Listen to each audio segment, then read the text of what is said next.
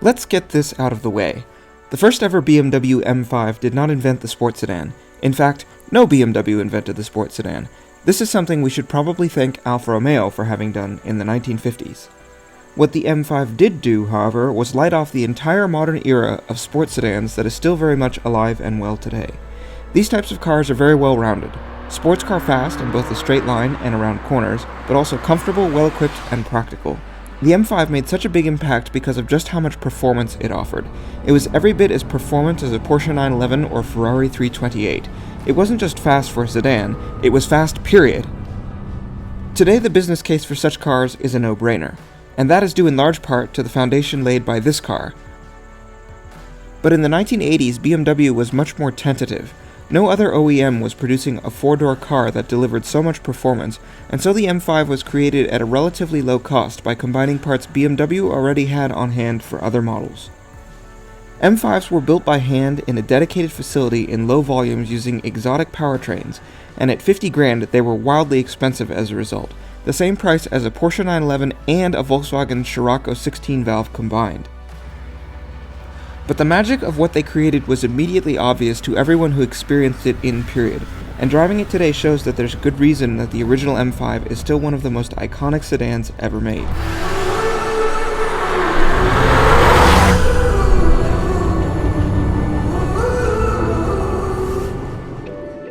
The M5 story is, appropriately, the convergence of two things, the letter M and the number 5. M stands for Motorsport, and it is a division of BMW that originated in 1972 for just that purpose, racing. They joined the independent companies that were campaigning the big E9 coupes in the touring car races, companies with names like Schnitzer and Alpine. Throughout most of the 1970s, Motorsport campaigned CSs and CSLs, learning a thing or two about getting serious power out of BMW's Big Six power plants in the process. By the late 70s, BMW's Motorsport division was making hot road cars too. This began, logically enough, with the M1, a supercar designed as a race car, but it took so long to get out the door due to a series of absurd development problems that rules changed before it could ever run as intended in Groups 4 and 5. BMW salvaged the abortive race car by creating a one-make pro car series which ran as support races at the same tracks as Formula 1 races during the same weekends in both 1979 and 80. Many of the top Formula 1 drivers raced M1 Pro cars, and the street version of the car proved to be a great handling, usable supercar with none of the ass pain that typically came with supercars of the era. Presented with typically German rationality, it was a genuinely untemperamental high-performance car. Think Acura NSX of the 1970s. The M1 was powered by a version of the CSL's racing engine, but with an exciting new twin-cam cylinder head with multi-valve technology. It was called the M88. In 1978, this was cutting-edge stuff. Recall that both Ferrari and Lamborghini excitedly branded their cars Quattro Valvole in the mid-80s when they fitted 4-valve heads to their cars. 5 years later, BMW put this engine in the 6 Series Coupe, and 2 years after that it ended up in the M5, which brings us neatly back to the 5 part of the M5.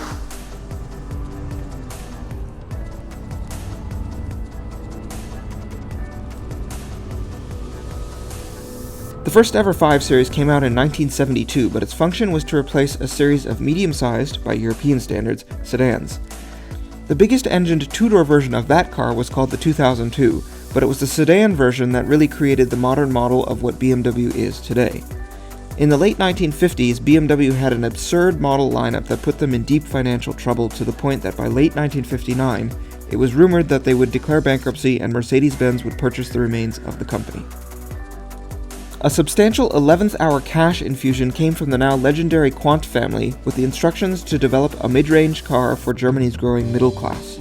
It needed to be something to bridge the yawning gap between BMW's old large sedans, which were warmed up pre-war designs under the skin, and a microcar design licensed from the Italian company ISO, the Isetta.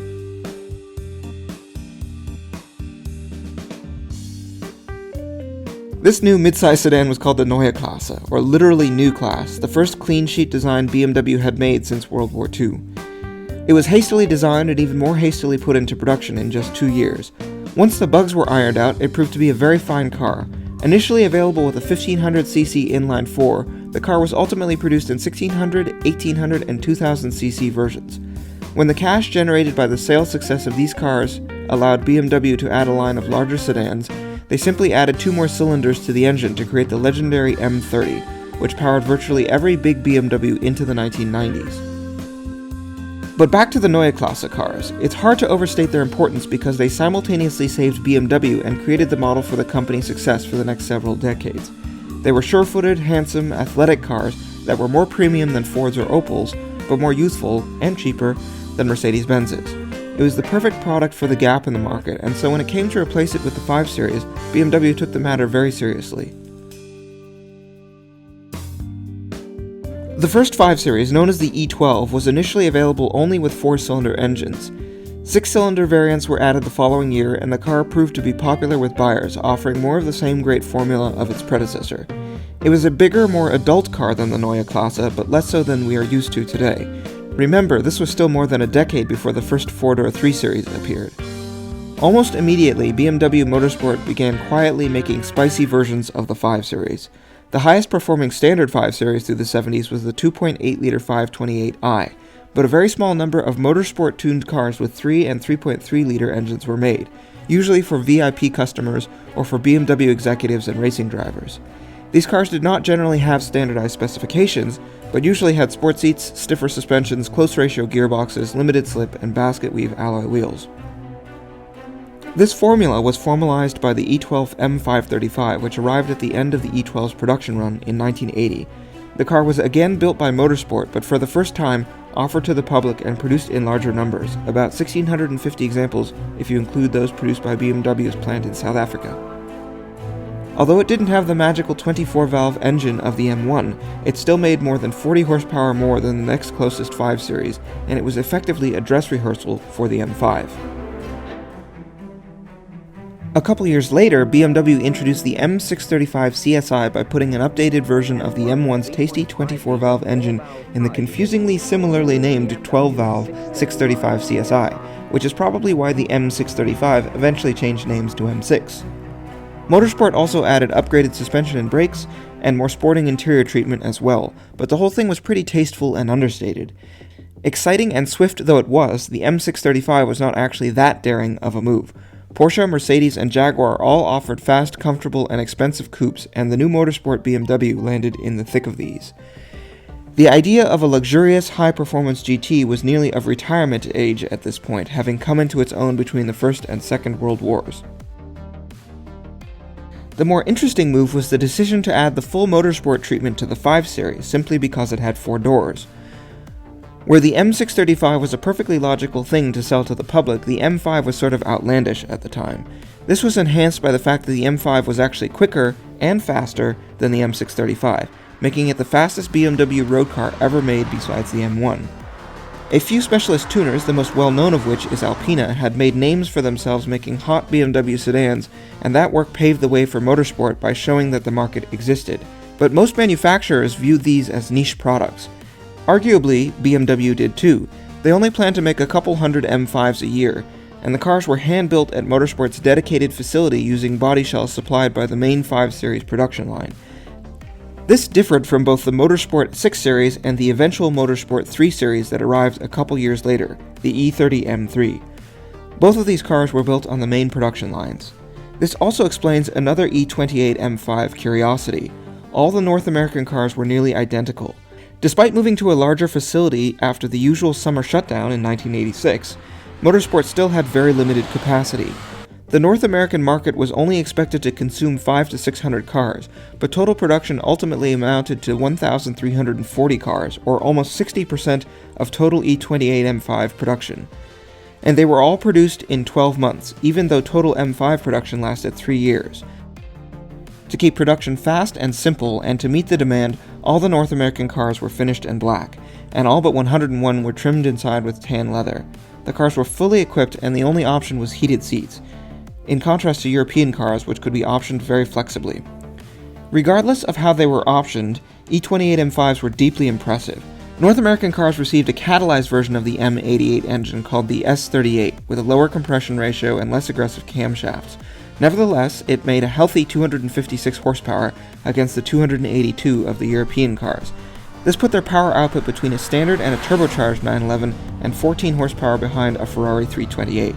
A shorter rear-end ratio was used to preserve acceleration, although this dropped the top speed from 153 miles per hour in the European car to 147. So as a result, it was 2 miles per hour slower than both the 911 Carrera 3.2 and the Ferrari 328. May as well buy a Yugo. 0 to 60 was quicker than both, and lateral grip was 0.04 less than the Ferrari and 0.05 behind the 911. So it could go quite well, both in a straight line and around corners.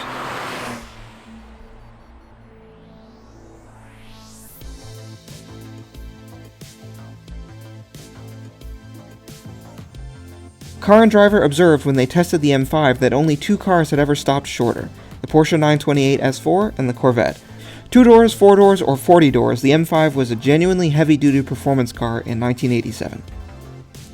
And today, well, actually it doesn't feel that fast. Unless you drive the absolute pants off of it, and then it is an unmitigated riot.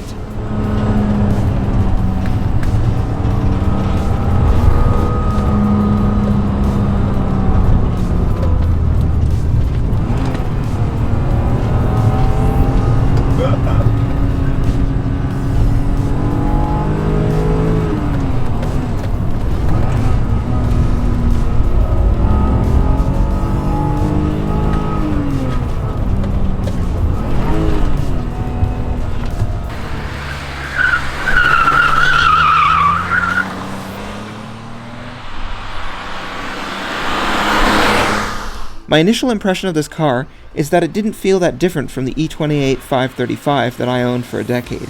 Having been out of that car for 5 years, I had forgotten how dignified the whole thing is.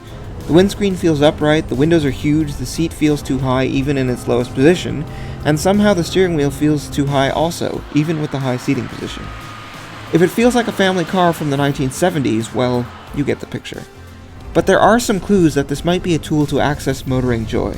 The shifter is excellent for the 80s, far better than a 911 or Ferrari of the period, and every pedal is heavier than you expect. The brake pedal is high and firm, exactly what the driver wants in a performance car, and the clutch is on the heavy side too, but very easy to modulate.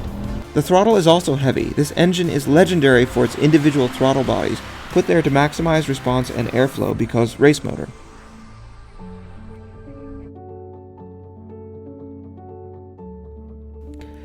The linearity of the power curve is a godsend on a back road, as is the responsiveness of the powertrain.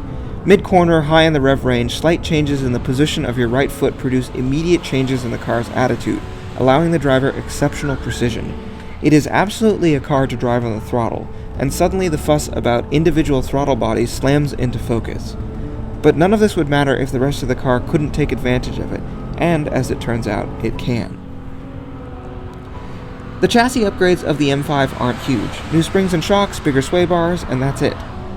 The 535 steering box is unchanged, and that's the fast one, 3.2 turns lock-to-lock instead of the 3.5 of the smaller engine cars. But the way that it all comes together is genuinely impressive. You can take the car right to its limit with a neutral attitude in a corner, and if you have the revs for it, add power and push the car into an oversteering attitude, and then bring it right back again if you like. The level of control and transparency of the platform is remarkable, and there's no aspect of the car that ever lets it down dynamically.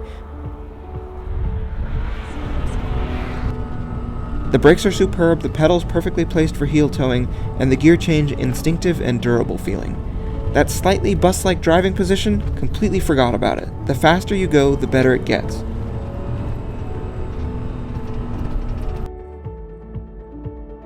So yes, there is a lion under there. Despite the square-rigged and discreet looks, the underlying DNA of this car is completely and totally athletic if you choose to access it. If you don't though, it's a perfectly livable and useful car. In short, it doesn't drive like a sports car until you drive it like a sports car, and then it drives like a sports car. This trait is what has made the best BMW so damn compelling over the decades. It's awfully well-rounded, a one-car solution to do it all. Go to work, go to school, go to your in-laws, go haul the mail. It really is the perfect car for the red-blooded enthusiast in a quiet hurry. Other sports sedans came before it, but none with so much punch, and many others have come after it, and while they are faster, very, very few match the E28 M5 for driving enjoyment. It is fast in the good old-fashioned sports car way. You have to drive the hell out of it to get the pace, and once at speed, it communicates with a clarity and playfulness that is unrecognizable in almost all modern cars, sports or otherwise. And that is the secret ingredient to the E28 M5. It is one of a very small number of sports sedans with not just the performance of a sports car, but the soul of a sports car.